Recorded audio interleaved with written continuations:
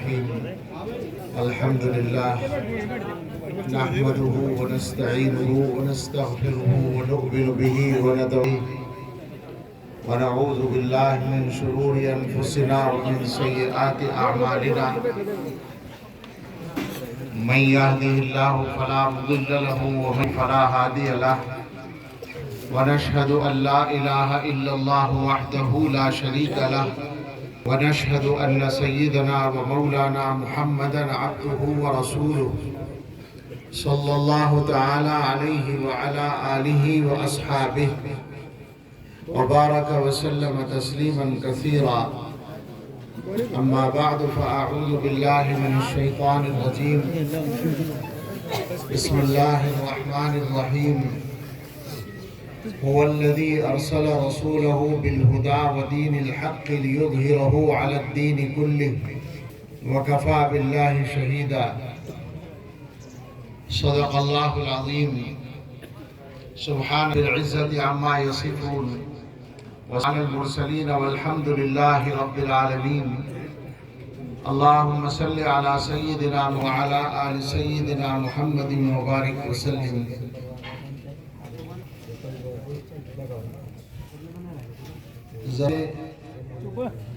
انشاءاللہ سب کہنی بھی ہیں اور وقت پر عصر کی نماز بھی پڑھنی ہے انشاءاللہ، اس لیے گفتگو کے لیے 10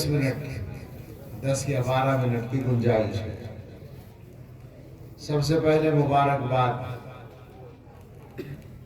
یہ بعد میں کیجیے گا ہو گیا، اور کوئی آدمی نہ کرے بیان کے بعد، دعا کے بعد۔ مبارکباد ان بچوں کو جنہوں نے اللہ تعالیٰ کی اس عظیم نعمت کو اپنے سینے میں محفوظ کیا ہے۔ مبارکباد ان کے پڑھانے جنہوں نے یہ امانت منتقل، بھئی اس کو تیز نہ کرو، ایکو نہ بڑھاؤ، اس میں بات صاف سمجھ میں آئے بس کافی ہے۔ مبارکباد مدرسے کے ذمہ دار حضرت مولانا محمد راشد صاحب زیدہ مجدہم کو، جن کی کوشش و محنت کا یہ نتیجہ سامنے آیا۔ عظیم نتیجہ ہے۔ 17 ایک طالب علم بھی اگر مدرسے میں حافظ ہو جائے تو وہ بھی بڑا نتیجہ ہے، اور مدرسے کی کے لیے کامیابی کے لیے سعادت کے لیے بہت ہے، لیکن جب تعداد اتنی زیادہ ہو تو یہ بہت ہی زیادہ مبارکباد کے لائق بات ہے۔ اللہ تعالیٰ اس سلسلے کو اور ترقی کے ساتھ اور اضافے کے ساتھ جاری رکھے۔ مدرسوں کے سلسلے میں بہت زیادہ گفتگو کی یہاں ضرورت نہیں ہے۔ ضرورت ہے اس بات کی کہ اس زمانے کا جو سب سے بڑا مسئلہ ہے اس کی طرف اشارہ کر لیا جائے،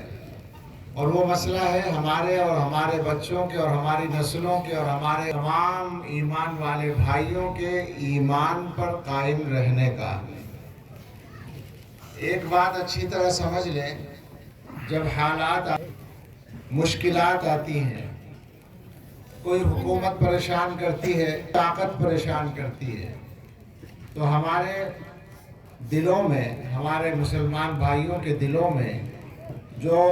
خدشہ ہوتا ہے